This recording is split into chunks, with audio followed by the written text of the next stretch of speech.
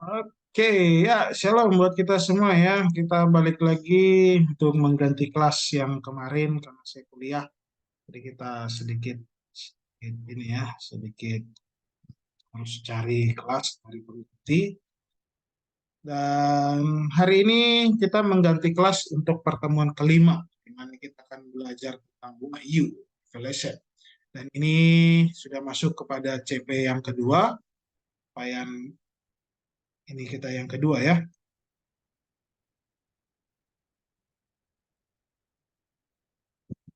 Ya, yang tentang wahyu. Dan di dalam wahyu ini nanti kita akan belajar beberapa hal. Yang pertama itu tentang definisi, perlunya manusia memperoleh wahyu, klasifikasi wahyu, Alkitab sebagai wahyu khusus dari Allah. Dan di sini kita akan belajar, pastinya masih umum ya metode pembelajaran saya, itu tentang dari ceramah, tanya jawab, dan diskusi. Dan pastinya tujuannya bahwa setiap mahasiswa bisa mengerti dan memahami akan wahyu tersebut. Ini wahyu bukan wahyu kitab wahyu ya, tidak. Ada yang tahu kira-kira wahyu ini apa?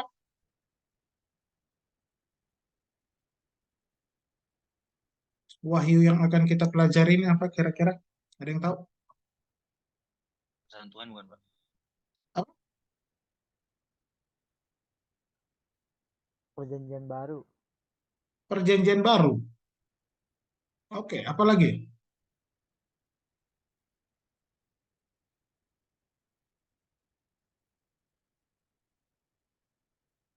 Apa lagi wahyu yang ada? Yang kalian tahu? Penyingkapan ya, Pak? Penyingkapan. Oke, apa lagi? Ada lagi yang ingin memberikan komentar? Ya, silakan Pak Indro. Apokalipsis, Pak. Apokalipsis. Itu wahyu ya. Bahasa ininya aja ya, bahasa Yunaninya aja ya. Oke, tapi nggak apa-apa. Terima kasih. Di penglihatan gitu loh, Pak. Penglihatan. Oke, penyingkapan, penglihatan. Oke, ada lagi kira-kira yang mau memberikan komentar?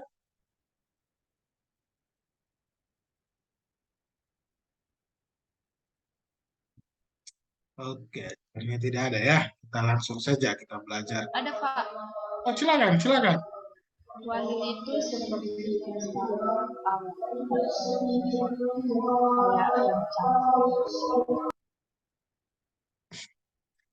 Sabar ya kalau begitu kamu ya. Diketik aja, diketik aja, diketik aja. Atau kamu pindah pindah tempat atau bagaimana? Atau diketik aja, kira-kira wahyu itu apa? Atau ada yang lain sambil kita nunggu si ini. Silakan.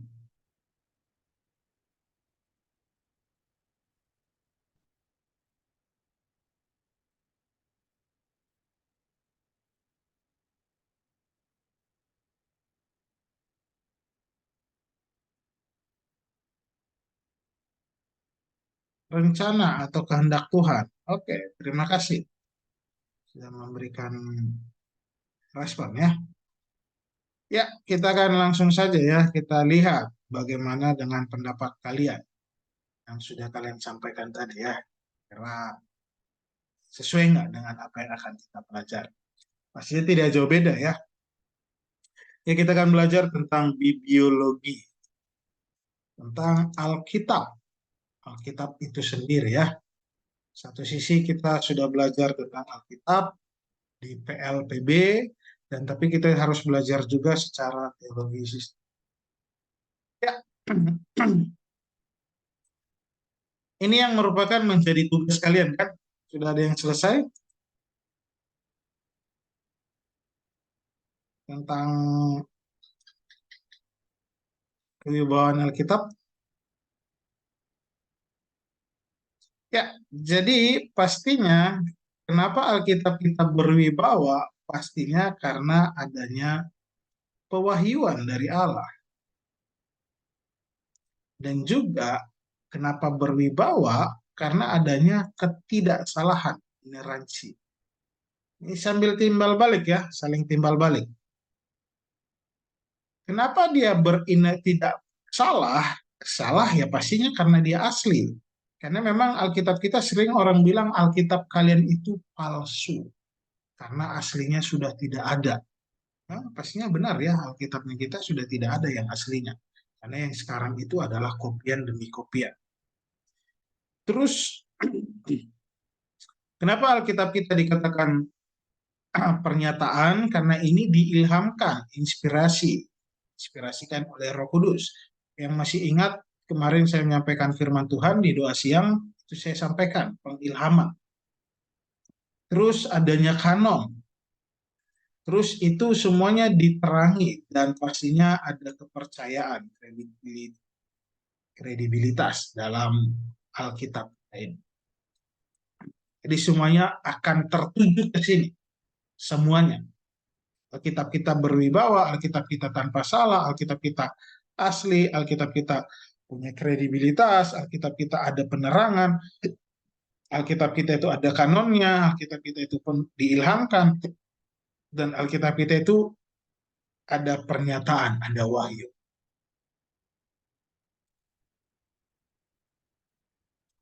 Ya, ini definisinya ya. Silahkan dicek sendiri tadi yang sudah disampaikan ya, pendapat-pendapat kalian. Wahyu adalah pengungkapan kepada seorang lain tentang perkara yang belum diketahui sebelumnya. Ini tadi yang disampaikan oleh Pak Andrew ya, yang di awal sebelum diralat. Wahyu adalah apokalipsis yang berarti pernyataan atau pengungkapan.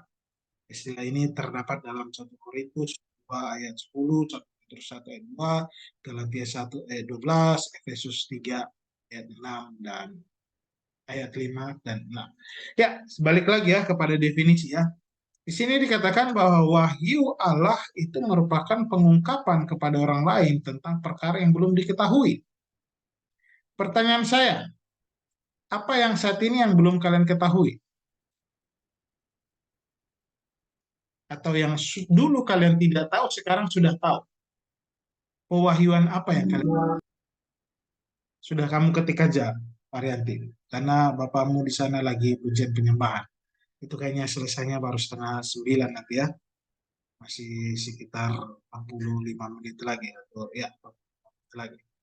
Surga, oke. Kamu mendapatkan pewahyuan tentang surga. Oke, terima kasih. Ada lagi yang lain? Pewahyuan apa yang kalian terima? Dulu saya tidak tahu, sekarang saya sudah tahu. Itu pewahyuan. Apalagi? Kalian tahu nggak tadi? Kalau kalian ini dalam musik gereja dan dalam PAK ini ternyata kalian masuk kepada teologi praktika atau praktis. Baru tahu atau sudah tahu? Baru tahu, Pak. Baru tahu. Oh, berarti itu adalah pewahyuan. Diungkapkan. Dulu kita nggak tahu, sekarang sudah tahu. Perasaan waktu pertemuan pertama saya singgung ini ya. Jadi kalian nggak baca catatan kalian ya. Kalian waktu itu catat ya. Ya, jadi seperti itu ya. Jadi kita tahu ketika kita tidak tahu sehingga sekarang kita tahu itu adalah peningkapan atau pewahyuan kepada kita.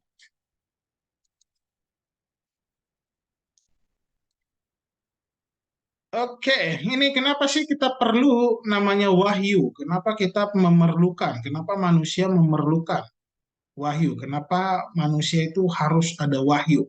Karena yang pertama itu perlunya pengetahuan tentang Allah. Kalau kita balik lagi melihat kepada sukunya kita ya, pasti di setiap suku itu pasti punya Allahnya masing-masing. Ada Allahnya ini. Jadi kalau kita ingin minta kesuburan, pergi dengan Allah ini. Kalau kita mau minta supaya hujan, pergi ke Allah ini. Kalau kita mau ini, pergi ke Allah ini. Ya kan, betul kan? Harus kasih persembahan ke sini. Itu yang kita ketahui. Tapi sekarang kita bersyukur ya dengan adanya Alkitab ini sehingga pewahyuan itu sangat-sangat terbuka dengan kita, sangat mudah untuk kita bisa memahami tentang Allah. Kita punya pengetahuan tentang Allah, itu sangat mudah.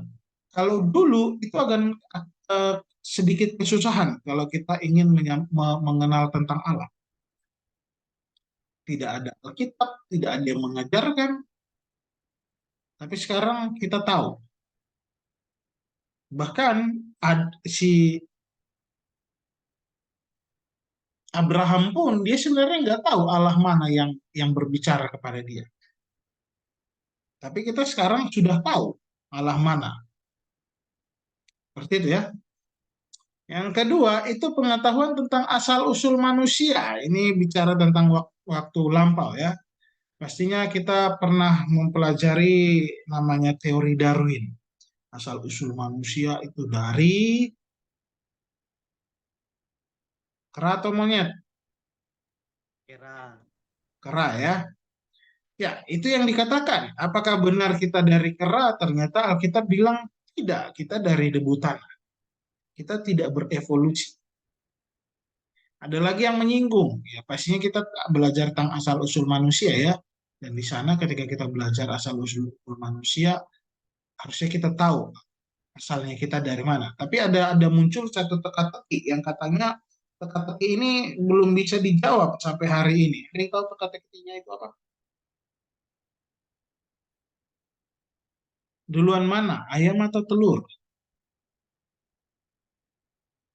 Ya, sudah bisa menjawabkan? Menjawabnya? Duluan mana? Ayam. Ayam, Pak. Ayam, yakin semua ada ayam. Setuju? Ayam, ayam Pak. Setuju ya? Kenapa ayam?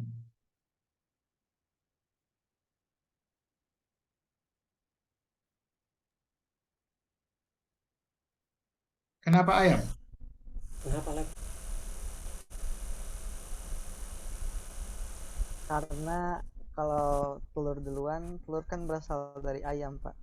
Dan Ya, kalau ayam duluan, ayam dari mana? Dari telur kan? Iya, Pak. Tapi kan yang muncul duluan ayam, Pak. Mungkin Kenapa? gitu, Pak. Kenapa kamu bilang begitu? Apa buktinya?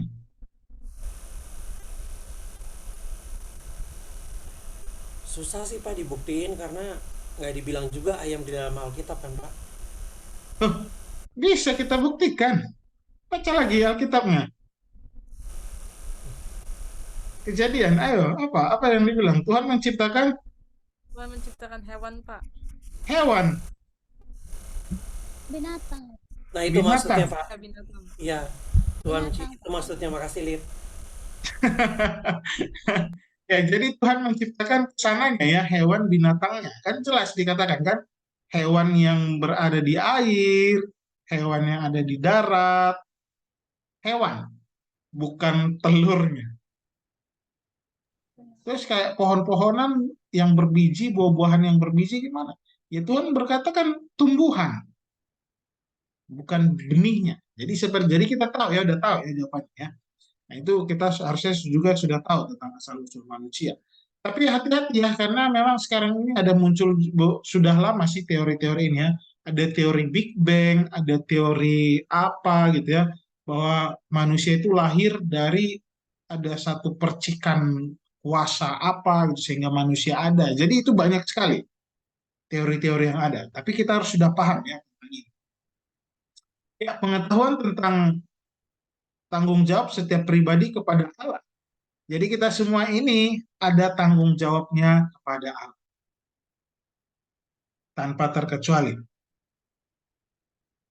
Biasanya kan kalau ditanya kan, ini Pak Endro ada di mana? Ah, bukan tanggung jawab saya, Pak. Saya bukan ketua kelas. Loh, iya benar. Itu bukan tanggung jawab kamu. Kamu bukan ketua kelas, benar. Tapi kan setiap orang nanti akan punya tanggung jawabnya masing-masing. Ya walaupun memang nggak harus kepada teman, tapi kepada kehidupan kita, terutama pada orang-orang lain. Nantinya belakangannya. Yang penting hidup kita dulu nih. Apa yang sudah Tuhan siapkan, apa yang Tuhan sudah sampaikan, apa yang harusnya kita lakukan melalui visi misi yang Tuhan berikan, ya kita harus selesaikan. Karena itu merupakan tanggung jawab kita kepada Tuhan. Apabila Allah ada dan kita sebagai makhluk ciptakan, maka hal itu berarti bahwa sebagai makhluk ciptaan, kita bertanggung jawab kepada Allah. Namun, apa tanggung jawab kita kepada Allah hanya dapat diketahui melalui wahyu. Jadi kita harus cari tahu tujuan hidupnya kita itu ngapain sih di dunia ini? Menyelamatkan jiwa. menyelamatkan jiwa. Apakah tanggung jawab kita? Ya pastinya ya, amanat agung ya. Nah, oke, oke, sebentar. Saya mau tanya dulu, saya mau tanya. Sudah ada yang tahu tujuan hidupnya di sini?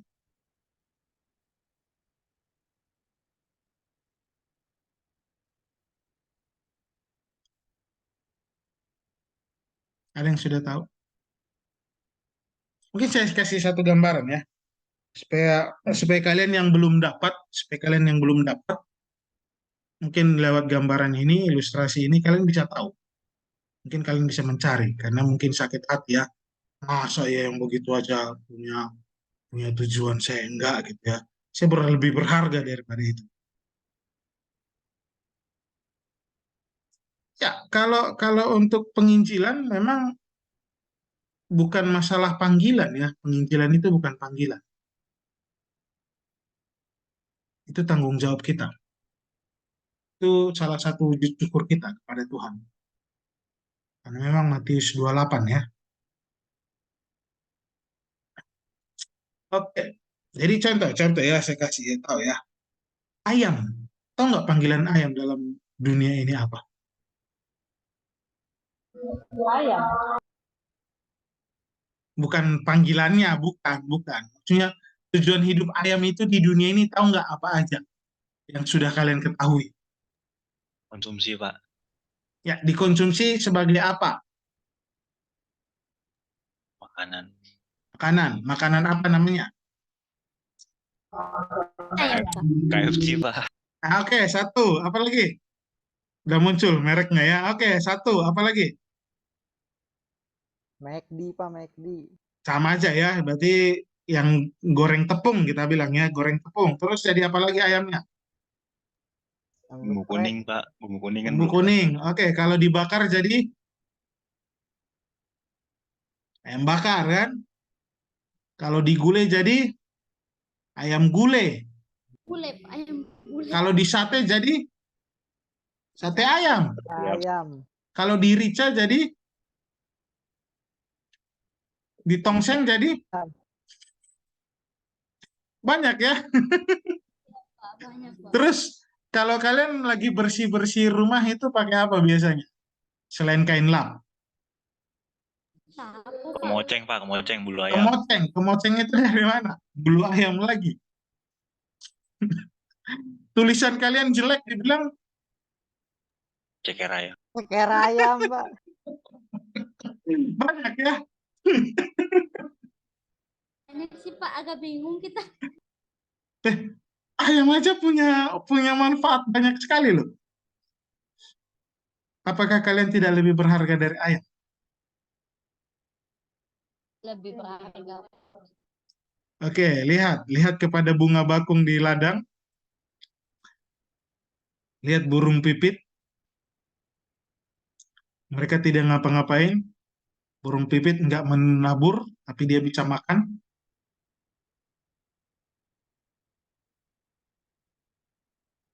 Bunga tanpa memintal dikasih jubah yang indah. Apalagi kalian. Saya punya sesuatu hal yang ini dong, yang spesial. Pak, kebetulan saya sudah dapat, Pak. Karena Bapak bilang begitu, saya bertobat. Saya tahu, Pak, apa tujuan hidup saya. Apa? Melayani. Pertanyaannya melayani Tuhan bagian apa?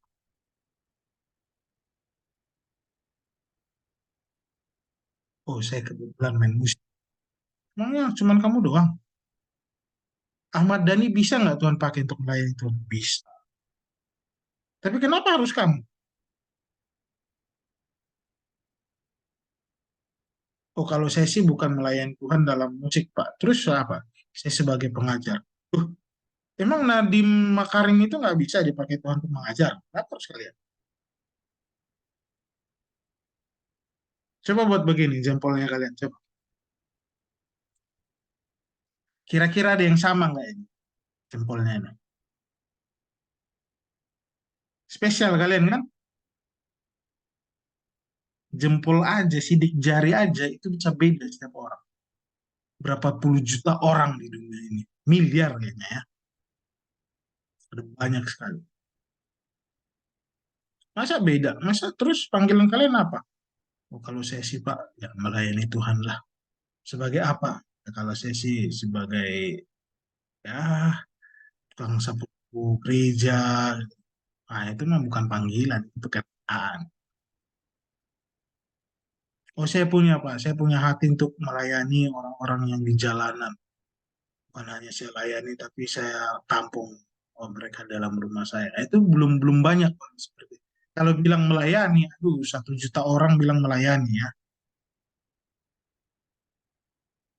Terus bagaimana dengan Rian? Orangnya kan kalian kan pasti bilang kan sama-sama melayani kan. Rian pun bisa melayani. Lebih jago lagi dia daripada kalian melayani. Gimana kalian? Ayo, Naomi, Erastus, Caleb, Lydia, Iskia, Andrew, yang lain-lain. Bagaimana? Bisa saja dia lebih hebat daripada kita melayani. Termasuk saya.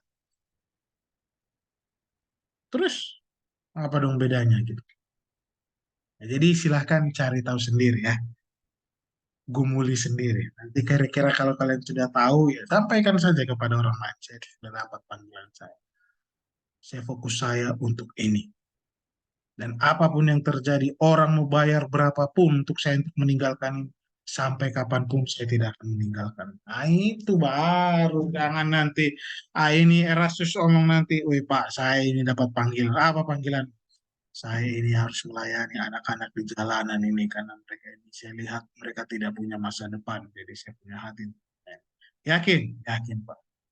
Nanti Iskia bilang, Erastus, ini ada saya punya teman lagi mau cari suami, orang kaya, bapaknya punya ini, punya ini, punya ini. Tapi setelah ini kamu harus pindah ke Amerika. Terima atau tidak, Erastus? Terima, Pak.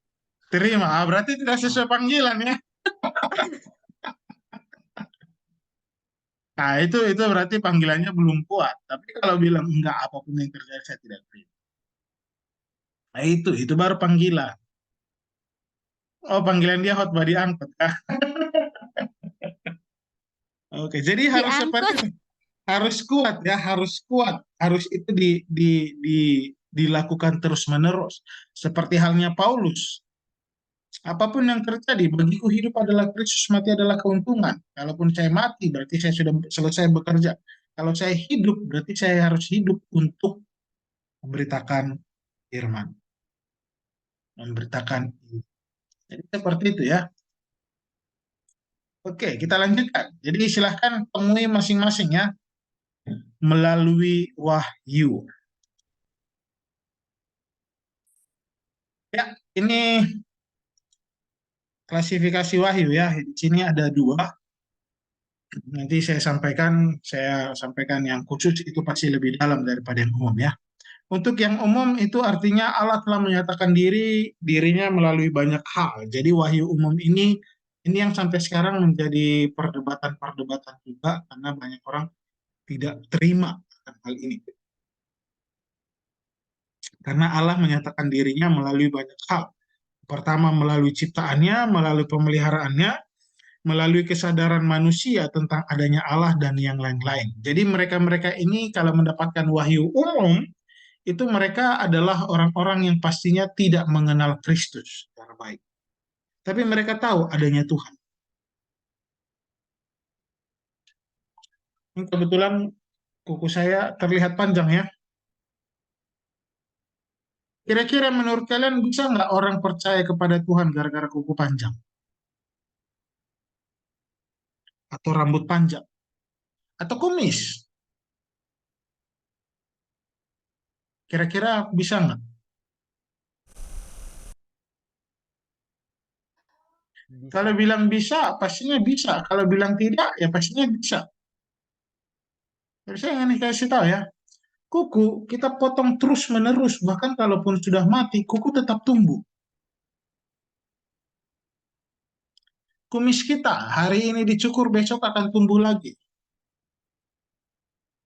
Buat yang sudah keluar ya, kalau belum keluar mau cukur-cukur ya sampai kapanpun ya, kalau memang nggak ada hormonnya di sana nggak keluar ya. Jadi dilihat, oh ternyata kok bisa tumbuh terus ya. Padahal kan nggak ada akar di situ, nggak pernah dikasih pupuk. Kok bisa tumbuh ya gitu. Melalui pemandangan alam, wah ternyata ada ya yang buat indah begini ya gitu. Nah, jadi itu pewahyuan umum. Saya nggak tahu dengan di antara kita di tempat ini ada nggak mendapatkan wahyu umum. Tapi kalau saya ini lebih tepatnya kepada wahyu khusus. Artinya bahwa Allah telah menyatakan dirinya kepada kita melalui lintas kitab suci. Jadi salah satunya itu kitab suci yang saat ini sedang saya baca, saat ini sedang saya pelajari. Saat ini yang selalu saya dan kita semua ya. Ya, ini Alkitab sebagai wahyu khusus dari Allah. Ini pernyataan Alkitab bahwa kitab suci adalah wahyu dari Allah terlihat melalui beberapa hal ya. Jadi ada yang dikatakan melalui pernyataan langsung. Ini kira-kira menggunakan istilah Allah bersabda atau berfirman, Allah berfirman. Ini ditemukan 3.800 kali. Pak, siapa yang menemukan ini, Pak? Siapa yang catat? Siapa yang cari? Itu pastinya bukan saya ya. Nah, saya hanya menerima saja. Tapi ada sarjanawan-sarjanawan yang mereka mencoba mencari tahu sehingga mereka mendapatkan ini. Ya, silakan Marta atau Marlina, silakan. Iya Pak, saya hanya sekilas teringat Pak mengenai ini pertanyaan entah saya yang bodoh atau gimana nggak tahu Pak. Tapi jadi pertanyaan Pak, jadi mengenai jadi ketika salah seorang khotbah Pak di atas mimbar tiba-tiba dia misalkan, ya saya mendapatkan apa namanya istilah kayak perkataan gitu Pak. Ya gimana ya Suara Tuhan. cara bilangnya? Iya, saya kayak seperti suara Tuhan gitu. Rema, Apakah Rema. itu termasuk ya, apakah itu termasuk dalam pewahyuan juga Pak yang diterima dia dari Tuhan gitu Pak? Karena kan tadi kan Bapak bilang wahyu Tuhan itu banyak cara, banyak hal yang dilakukan gitu. Ya, sebenarnya kayak seperti itu suara Tuhan, rema, impresi, sebenarnya bisa dikatakan seperti itu. Tapi nanti ya, itu nanti. Karena saya bisa masuk ke dalam iluminasi, penerangan. Jadi semua orang nanti bisa mendapatkan itu. Bahkan tidak hanya kita sebagai orang percaya, orang-orang di luar sana pun bisa mendapatkan itu. Jadi buat saya kalau orang berkata saya mendengarkan suara Tuhan, saya dapat rema, saya dapat impresi, ya maksudnya ya udah itu cukup untuk diri kita. Kita uji dulu. Saya pernah satu kali mendapatkan begitu, saya nggak berani menyampaikan, ternyata memang benar. Jadi, waktu itu menyampaikan firman di Ambon, ternyata ketika menyampaikan firman saya lupa teksnya apa, tapi tidak ada hubungan dengan perpecahan. Tapi seketika saya menyampaikan firman, saya mendengar atau apa gitu, saya nggak tahu pasti mendengar atau terlintas di pikiran saya perpecahan. Saya kaget loh ini khotbah yang saya sampaikan dengan perpecahan ini jauh beda ini gitu. Tapi ternyata setelah itu saya nggak sampaikan karena saya takut kalau saya sampaikan ternyata salah, saya akan disalibkan di sana. Jadi saya diam saja. Terus ternyata setelah itu, setelah khotbah kita ke rumah gembala atau apa, pastori gitu, ketika itu saya dengarkan, dan ternyata memang benar perpecahan. Di gereja itu terjadi perpecahan, tapi saya nggak berani menyampaikan. Karena saya tidak terbiasa dengan hal tersebut. Berarti Bapak salah dong tidak menyampaikan. Ya, saya bilang ya bisa saja itu salah. Saya salah. Masih tidak menyampaikannya. Karena memang saya tidak terbiasa dengan seperti itu. Tiba-tiba muncul begitu, apalagi di satu gereja yang saya baru pertama kali ke sana dan itu yang terakhir kali. Nah, kira-kira begitu. Harusnya enak sebenarnya ya menyampaikannya ya. Datang, sampaikan, pulang. Gitu. Ya, cuman kan ya kita pun agak nggak enak. Dan saya memang pada waktu itu nggak dapat momen. Ya mungkin waktu itu saya masih jadi mahasiswa. Mungkin saya belum mendapatkan belum punya banyak ini juga ya pengalaman yang pertama, yang kedua saya nggak dapat hikmat dari Tuhan untuk masuk menyampaikannya, jadi saya nggak sampaikan. Jadi kalau bisa ada yang begitu-begitu jangan. Kayaknya kelas malam kemarin ada yang menanyakan begitu ya. Dia nanyakan begini, Pak, bagaimana dengan saya, Pak? Saya itu ada di satu gereja, di satu persekutuan gitu. Jadi mereka melakukan pujian penyembahan, setelah itu langsung ditembak. Kamu dapat firman apa? Kamu dapat rema apa? Tuhan bicara kepada kamu tentang apa? Oke, Kalib, apa yang dibicarakan Tuhan kepadamu? Oh, oke, next. Erastus, apa yang oh, saya dapatkan sesuatu hal yang sangat luar biasa, Pak. Kita harus buka gereja. Oke, kita tulis ya, buka gereja. Naomi, kamu dapat apa? Oh, saya mendapatkan suatu hal yang luar biasa, Pak. Kita akan menuai tahun ini. Oke, menuai gereja. Oke, Elizabeth, kamu mendapatkan apa? Oh, saya mendapatkan bahwa kita-kita ini akan menjadi orang-orang yang dipakai Tuhan luar biasa. Oh, masih nyambung ya. Gereja, penuaian dipakai Tuhan. Masih nyambung ya. Oh, berarti oke, kita buka gereja. Apakah seperti itu? Enggak. Jadi Erastus menyampaikan apa, Naomi mendapatkan apa, Varianti mendapatkan apa, dan yang lain-lain mendapatkan apa. Yang pada akhirnya kebingungan. Dan ketika di situ situasinya, dia tidak mendengarkan apa-apa. Terus saya mau menyampaikan apa, Pak? Gitu. Ya nggak usah sampaikan apa-apa. Ya sampaikan saja. Saya mendapatkan rema ya. Kalau saya harus tetap melakukan pujian penyembahan, harus tetap berdoa, tetap datang kepada Tuhan. Ya udah itu aja disampaikan. Tapi kan bukan dari Tuhan nanti. Ya nggak apa-apa. Tapi kan itu memang kerinduan kita. Kita melakukannya. Jadi seperti itu, Marta. Jadi nggak usah terlalu dipikirkan dengan hal-hal seperti itu. Kalau memang kamu yakin punya hikmat untuk menyampaikannya, ya disampaikan. Tapi kalau nggak yakin, jangan. Ada lagi yang mau ditanyakan?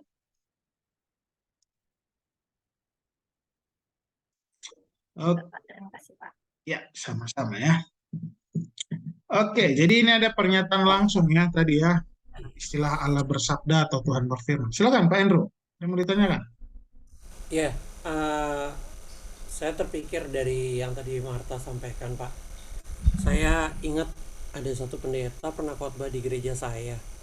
Sepanjang ibadah itu dia nggak kelihatan kayak menyembah ataupun memuji ya Pak ya. Dia sibuk dengan tabnya dia, mungkin mempersiapkan bahan firman gitu. Tapi begitu dia naik mimbar, dia katakan bahwa saya mendapatkan wahyu dari Tuhan harus menyampaikan hal ini gitu.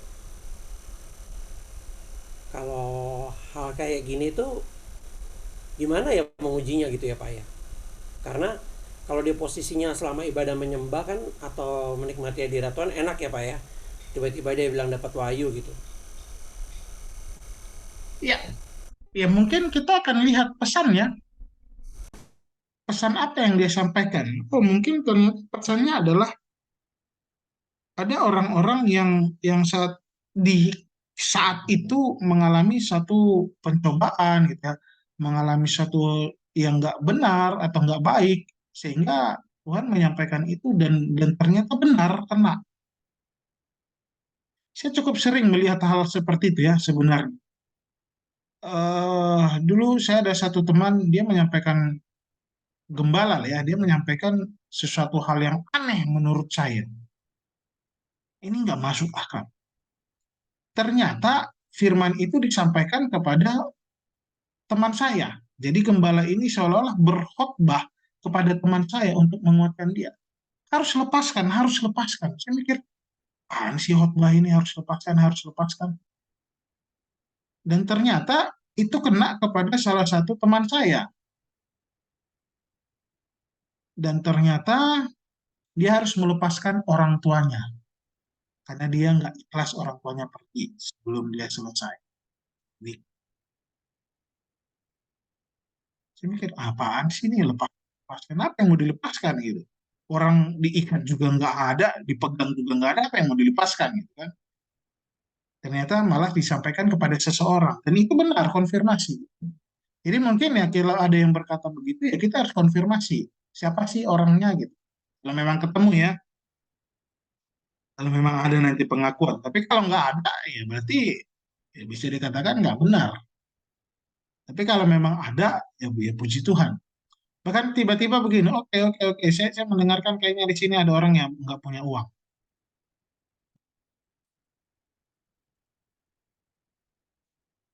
Ya kalau dibilang nggak punya uang, nggak usah Pak bilang begitu. Saya juga nggak punya uang. Ya. Nah, jadi jangan. Jadi menyampaikannya harusnya bisa spesifik. Bahkan kadang saya mendengarkan orang khotbah itu cukup unik. Mungkin Marta tahu ya, Arianto Tanisip.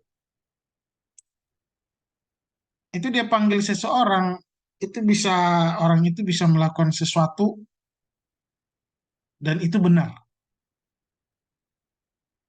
Kaleb tahu juga, Rian juga tahu. Dipanggil nanti, kamu lakukan begini. Bisa tahu gitu. Saya nggak ada cerita gitu. Jadi itu memang supranatural, tapi kita balik lagi uji ya. Kalau memang terkonfirmasi puji Tuhan. Tapi kalau enggak ya berarti ya kita harus coba cari tahu lagi. Gitu. Itu ya Pak Andrew ya. Oke, Pak. Iya Ya, Pak, lanjut. Oke, silakan. iya Pak. Berarti Pak wahyu itu kalau ketika ada orang mengusahakan berarti itu benar-benar terjadi ya Pak. Kenapa Dan coba ini dulu? sih Pak. Jadi kalau misalkan seseorang mengucapkan wahyu itu benar-benar terjadi ya Pak. Meskipun kita nggak lakukan ataupun kita sampaikan gitu Pak. Ya, itu namanya disingkapkan ya. Wahyu Singkat. itu sebenarnya disingkapkan. Jadi memang orang-orang nggak tahu, tapi tiba-tiba dia tahu itu disingkapkan. Supaya apa? Supaya bertobat. Hati-hati ya dengan wahyu ini ya. Hati-hati, karena memang takutnya jadi aneh. Tiba-tiba ternyata dia indigo atau yang lain-lain gitu ya. Jadi hati-hati, nggak selamanya ketika menyampaikan firman Tuhan seperti itu, nggak selamanya ya. Jadi kita juga harus hati-hati dengan pewahyuan ini, karena kalau kita nggak hati-hati ya takutnya justru kemana-mana, justru jadinya kesesatan. Oke, Hizkia, saya melihat kamu ini belum pernah pacaran, dan kamu ingin sekali punya pacar.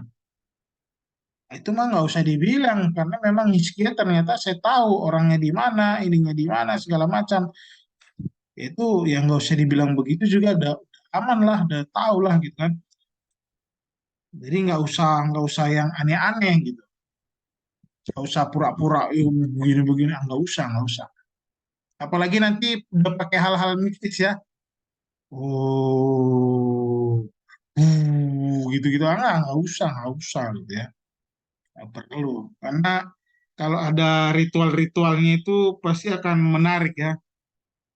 Ini kebetulan ada minyak kelapa, jadi saya harus semprot ke kepala kalian pakai minyak kelapa, harus saya semprot, gitu kan. Wah, ini baru mantap. Kalau nggak kayak gini, nggak bener. Gitu. Itu salah.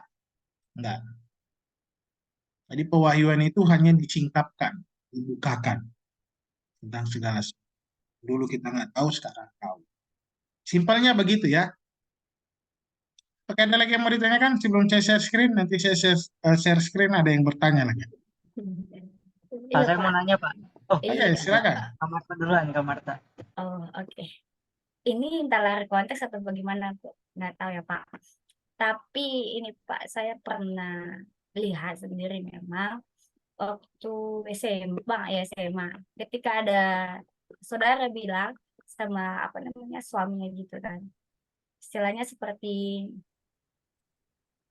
nggak ngikuti lah kata istrinya. Nah, jadi kalau misalnya ngikuti, jadi terjadi sesuatu misalkan nanti jangan nggak usah ke sana gitu, nggak usah pergi. Nanti ini udah malam, nanti kamu jatuh gitu, kecelakaan gitu. Jadi benaran jadi jatuh gitu. Jadi ketika saya tanya gini kan, kalau ketika kami cerita kalau memang ini ini bukan sekali aja kayak gini dia gitu kan. Soalnya kalau memang ini suami dia itu nggak ngikuti apa namanya perkataan gitu, misalnya kok dilarang tapi tetap dilakukan, pasti terjadi sesuatu hal yang aneh atau buruk yang seperti itu sih Pak.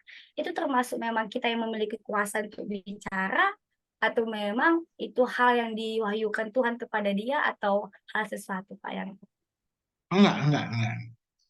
Itu bisa insting ya. Ya, bisa perasaan. Saya kebetulan saat ini sudah tidak punya uang, Tapi terkadang saya bisa rasa kalau saya akan punya uang. Dan ternyata benar, saya dapat uang. Caranya gimana Pak? Ya nggak tahu lah. Ya mungkin Pak Andrew tiba-tiba minta nomor rekening saya gitu ya. Ya bisa saja kan? Atau mungkin Caleb minta, Pak saya minta alamat Bapak Pak. Saya mau kirim makanan gitu kan. Jadi terkadang saya pun bingung. Itu bisa insting. Bahkan saya kadang bawa motor saya tahu wah, ini kayaknya akan terjadi hujan. Padahal padahal nggak hujan gitu kan. Padahal nggak hujan. Tapi saya punya feeling pasti hujan. Dan ternyata benar hujan. Itu kita bisa berfeeling ya. Tapi bukan ya mungkin bisa dibilang memprediksi. Tapi bukan bukan meramalkan. Kayak ramalan cuaca kan udah diganti sekarang kan prediksi cuaca. Jadi itu bisa, kita bisa. Dulu saya juga pernah memprediksi untuk orang yang berpacaran. Saya bilang, ini kayaknya akan jadi. Ternyata benar jadi. Itu memprediksi. Apakah benar-benar saya punya kuasa? Ya, saya nggak tahu juga ya. Bahkan terkadang ketika ini juga ya, ketika mendoakan orang mati, orang mati lagi. Orang yang sakit, saya doakan, ini udah tanda ini, udah. Nggak. Kalau saya udah bilang, Tuhan, jadilah kehendakmu. Udah selesai itu. Udah selesai. Itu pasti udah selesai. Dan nanti kalau ada yang sakit-sakit, tolong jangan minta saya ya.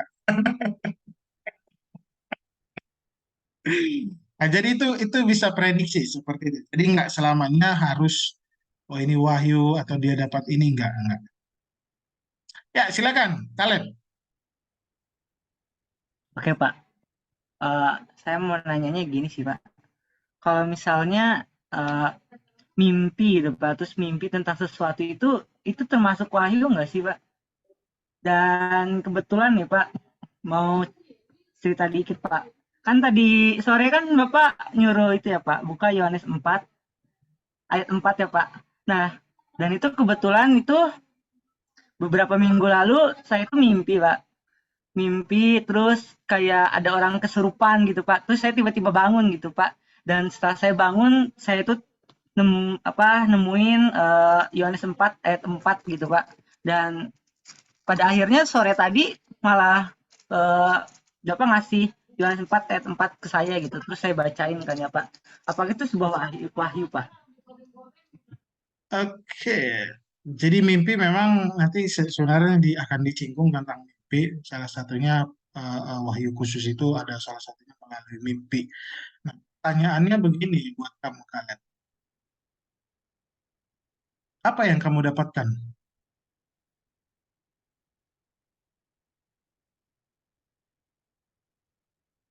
Tujuannya untuk apa?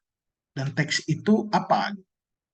Karena kita harus tahu dulu ya, karena nggak serta merta kita harus harus harus ini. Jadi terkadang ada mimpi-mimpi kita yang lalu lalang gitu doang, menghilang, kita nggak tahu lagi itu mimpi apa. Tapi ada mimpi yang sampai sekarang kita masih bisa ingat.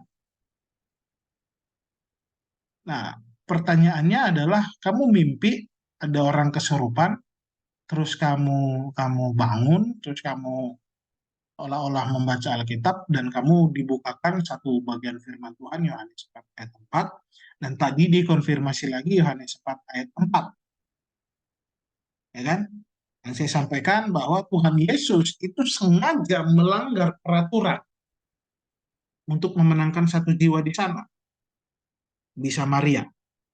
Nah, pertanyaannya adalah saya nggak tahu yang kesurupan itu siapa dan apa yang harus kamu langgar. Ini penafsiran saya ya, penafsiran saya. Kamu berarti ada satu orang atau satu apapun itu, satu keluarga atau siapapun itu yang harus kamu datang ke sana dan kamu harus langgar peraturan itu. Kaleb, kamu nggak boleh temanan sama orang ini. Mungkin ada yang begitu kan, biasanya kan kita begitu ya. Kenapa nggak boleh temanan? Nanti kamu hidupmu begini. Ada nggak kira-kira? Ya kalau memang itu harus dilanggar, ya harus langgar. Jangan kamu nanti diam saja. Ya, mungkin orang itu saat ini sedang membutuhkan kamu untuk melepaskan dia dari apapun itu yang kerasukan yang kamu sampaikan.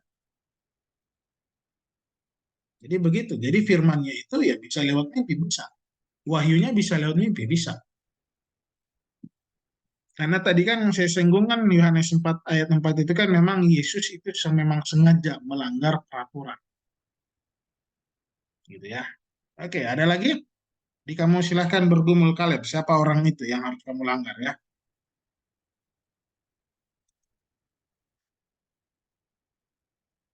Bukan berarti nanti melanggarnya jadi salah, enggak ya. Bukan nanti jadi memberontak, enggak. Tapi memang ada mungkin batasan-batasan kepada kita ya. Untuk tidak melalui atau lewat dari batas ini. Ada norma-normanya ya. Oke, ya kita berikutnya ya, poin 2. Kata-kata yang diucapkan oleh penulis kitab sebagai manusia dianggap ada atau disamakan dengan kata-kata dari Allah. Ini perhatikan ya kata ini ya. Ia berkata, ia ini adalah Allah. Di sini terlihat bahwa ucapan Allah tersebut sebenarnya adalah kutipan dari tulisan dari manusia, dari Mazmur ya, manusia yaitu Daud. Ia berkata, ini perkataan si Daud.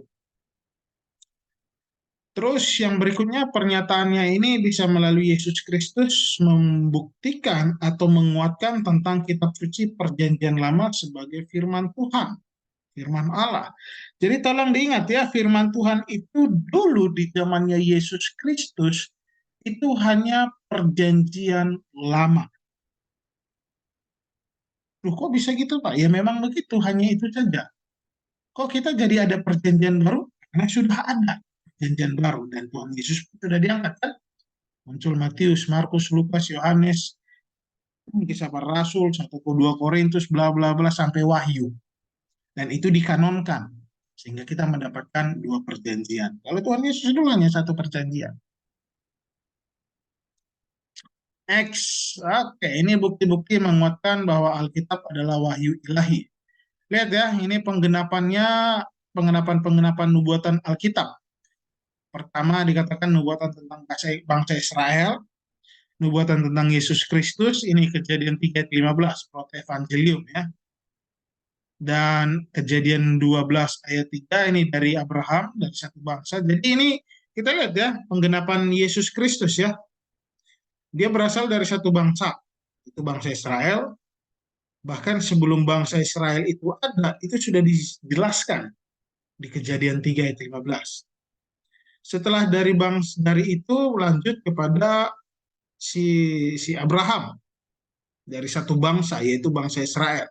Dari satu bangsa ini dipilih satu suku yaitu suku Yehuda. Dan dia lahir dari seorang perawan dan dia lahir di Bethlehem. Ini menguatkan ya wahyu ilahi itu tentang Yesus Kristus. 40 orang kurang lebih 1.500 atau 1.600 tahun ceritanya sama. Itu Yesus Kristus. Ini ya, kesatuan kita. Siapa? Benang merahnya siapa? Yaitu pribadi Yesus. Yang kedua, rencana dan karya penyelamatan manusia. Yang ketiga, roda perjalanan sejarah dunia. Jadi tolong diingat ya, mungkin kemarin-kemarin waktu COVID kalian pasti sering mendengarkan orang-orang live streaming dengan berkata bahwa jangan mau divaksin. Karena vaksin itu antikristus. Karena di vaksin itu dipasang chip. Betul ya? Pernah dengar ya? Ada di antara kalian yang yakin pada waktu itu? Ada? Sempat ketipu, Pak. Kenapa? Sempat ketipu juga sih, Bang. Sempat ketipu, berarti sudah paham. Ya, mungkin Berarti saya udah ingin masang Pak sampaikan. dia, Pak. Kenapa? Udah masang Pak. Sudah masak. Ya, jadi begini ya. Eh, kita harus lihat kepada Alkitab sejarah. Tadi disinggung sejarah ya. Jadi saya singgung sejarahnya. Ya. Jadi kita akan lihat kalau chip itu sudah ada, berarti chip itu 666 dikatakan ya. Berarti antikristus. Kalau memang chip itu sudah ada, ya pastinya sudah ada. Pertanyaannya apakah chip itu antikristus? Halo? Ada yang meyakini bahwa chip itu antikristus? Kalau ada yang yakin, tolong besok saya ada di kampus, tolong bawa ATM, udah, beserta PIN-nya. Yang kedua, HP yang kalian gunakan, laptop yang kalian gunakan, tolong besok bawa di kampus. KTP kalian, tolong besok bawa di kampus. Itu semua ada chipnya. Itu antikristus. Tolong kasih ke saya ya. Tapi nanti kalian harusnya foto dulu, pegang KTP begini ya. Teman, pinjaman online nanti saya. Itu, jadi kalau kita berkata begitu ya, pastinya arahnya ke sana. Kalau memang sekarang dikatakan antikristus, berarti apa yang terjadi? Coba lihat background saya. Sebelum masa penganiayaan ini apa yang terjadi? Ini apa yang terjadi? Pengangkatan, Pak. Pengangkatan. Pertanyaannya siapa yang Pengangkatan, dari angkat? Kalau sekarang antikristus siapa yang dari angkat? Oh itu pendeta-pendeta yang kemarin, maaf, pendeta hamba-hamba Tuhan yang kemarin yang meninggal ketika COVID. Terus saya enak aja. Berarti saya ada di zaman antikristus dong sekarang. Nah, itu ya, jadi aneh ya, nggak sesuai ya. Lihat, balik lagi nih. Ini saya sengaja. Setiap saya ngajar, saya sengaja pakai background ini. Supaya tahu arahnya kemana. Oke ya, jadi kita lihat sejarahnya. Oh, tapi kan sekarang sudah terjadi gunung meletus, ya itu tanda-tanda akhir zaman dikatakan. Peperangan, kelaparan, gitu. Ya, itu memang tanda-tanda akhir zaman. Apakah sudah waktunya? Masih belum. Jadi kita lihat ya, jadi jangan serta-merta ngerotos sana ngerotos ini. Ini roda perjalanan dunia ini di Alkitab juga ada, jadi jangan sembarangan. Lihat ya ini ya. Ketepatan Alkitab dalam melaporkan perkara-perkara yang menyangkut bidang ilmu pengetahuan seperti sejarah dan sains. Yaitu tepat dia menyampaikannya. Kira-kira apa yang disampaikan? Itu ada. Itulah enaknya Alkitab kita ya. Ya, bagaimana wahyu disampaikan? Yang pertama, ini pastinya Allah berbicara melalui banyak hal. Tadi disampaikan ia berbicara secara langsung. Ada kepada Abraham, Nuh, Musa, Adam, Yosua, Samuel, Nathan, dan Daud, dan Elia. Bahkan juga ada Yeremia. Jadi Tuhan bisa berbicara secara langsung. Dulu. Terus kalau sekarang gimana Pak? Ya mungkin kalau sekarang nggak langsung ya. Tapi ada orang mengaku, tapi Pak, mereka bisa mendengarkan secara langsung. Saya nggak tahu kalau itu. Itu kan secara pribadi dengan mereka. Bahkan di teks ini pun, ya pastinya ini secara pribadi dengan mereka. Jadi saya nggak tahu. Saya nggak bilang, oh itu salah, ini benar. Enggak. Tapi memang teks firman Tuhan ada yang berbicara secara langsung. Ada juga kesaksian-kesaksian orang berkata, ya saya ketemu dengan dia dan saya berbicara. Ada. Tapi apakah ini yang benar? Enggak juga, karena Allah berbicara melalui banyak cara. Ada cara bercakap langsung. Yang kedua, Allah berbicara kepada manusia melalui perantara malaikat. Ada yang malaikat juga, ada perantara. Allah berbicara kepada manusia melalui penglihatan, visi. Nah ini visi ini atau penglihatan ini penerimanya aktif ya. Aktif. Yohanes ketika menuliskan wahyu, dia aktif, dia tidak sedang tidur. Dia melihat penglihatan itu, dia tidak tidur. Tapi kalau yang ini, yang Kaleb alami ini, Allah berbicara kepada manusia melalui mimpi, Kalebnya, itu penerimanya itu pasif. Karena tidur. Kalau aktif ya berarti dia benar-benar melihat. Nggak tertidur. Dia sadar. Terus yang berikutnya, ini Allah berbicara kepada manusia melalui mulut keledai. Jadi tolong buat kalian, kalau kalian memang tidak mau dipakai Tuhan untuk melayani dia, Tuhan bisa memakai binatang.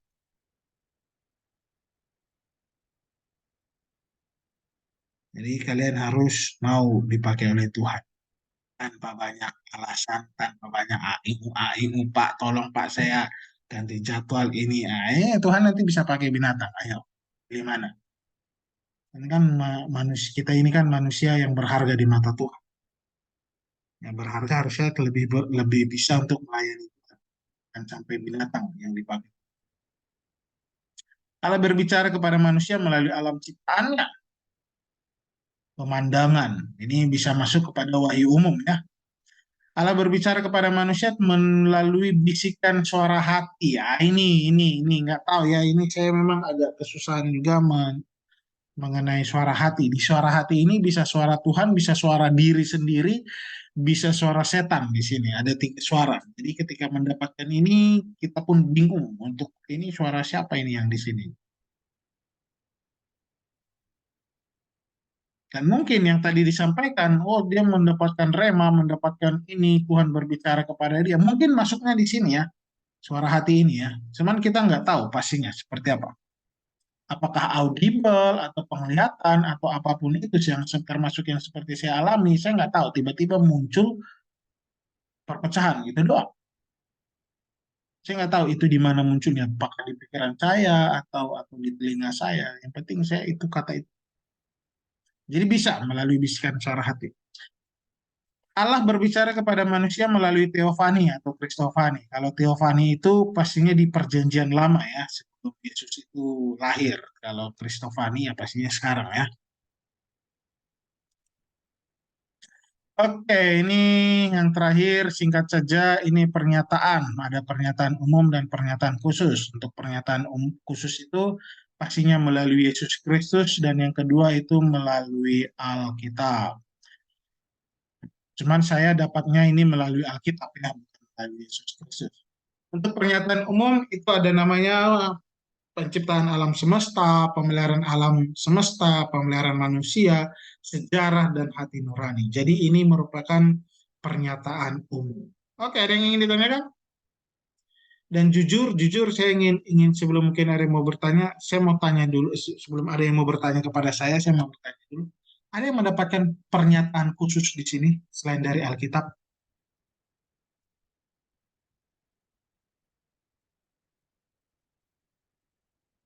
Ada. Ada yang dapat pernyataan khusus selain dari Alkitab?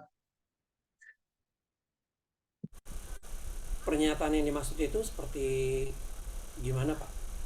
Ya kan pernyataan khusus kan ada 2. Satu Alkitab, satu lagi tadi apa? Yesus Kristus. Ada yang selain dari Alkitab? Yang ketemu langsung gitu, ada mengalami sesuatu terus ketemu langsung dengan Tuhan. Ada? Enggak? Kalau kayak nubuatan gitu bisa. Nubuatan nggak masuk. Nubuatan nggak masuk. Jadi face to face, seperti halnya si Saulus.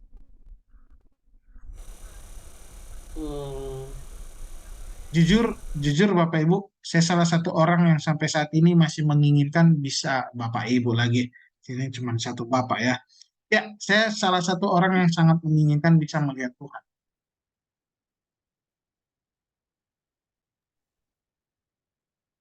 Tapi sampai sekarang saya nggak bisa. Kenapa?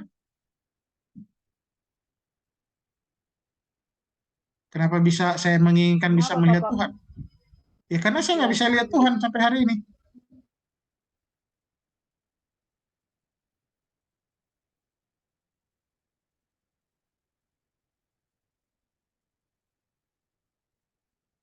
Saulus ketika lihat Tuhan, tahu apa yang terjadi kepada dia? Dia tidak bisa melihat lagi. Ketika Musa ketemu face to face dengan Allah, apa yang terjadi? Wajahnya dia bersinar. Nggak tahu dia pakai lampu kah, pakai apa itu di mukanya. Jadi Jadi, kalau ada orang yang berkata ketemu Tuhan, pastinya ada suatu hal yang luar biasa yang harusnya terjadi dalam hidupnya.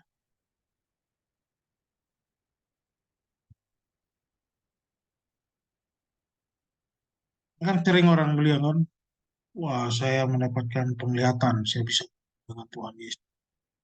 Memegang tangannya, aduh saya iri sekali. Tuhan, coba saya yang kesana kan gitu kan. Wah, pegangan tangan loh sama Tuhan Yesus loh. Selama ini saya hanya belajar membaca, saya nggak bisa lihat, tapi sekarang saya bisa pegang ya. Yang bilang ada tangannya berlubang gitu kan, wah saya bisa pegang, saya tahu ini Yesus dan yang lain. Bahkan ada orang yang mau meninggal, anak-anaknya langsung bilang sama mamanya yang mau meninggal, Mama, apapun yang terjadi kalau dia gelap, tolak, jangan mau ikut dengan dia. Tapi kalau terang, berbaju putih, terus ada lubang di tangannya atau di sini atau di sini, Mama langsung ikut, jangan tolak, langsung. Itu Yesus. Gitu kan, wah saya pun pengen lah kalau ada yang begitu-begitu. Nggak tahu nanti ya, saya ketika saya sudah mau mati baru saya lihat ya, terserah lah ya. Maksud saya kalau bisa saya bisa lihat secara pribadi ketika saya masih hidup itu lebih enak lah gitu ya. Ya, jadi memang pastinya kita semua di sini mendapatkan penglihatan secara khusus, tapi bagian Alkitab ya, ada yang langsung ketemu dengan Allah ya, dengan Yesus ya, sepertinya ya. Oke, ada yang ingin ditanyakan?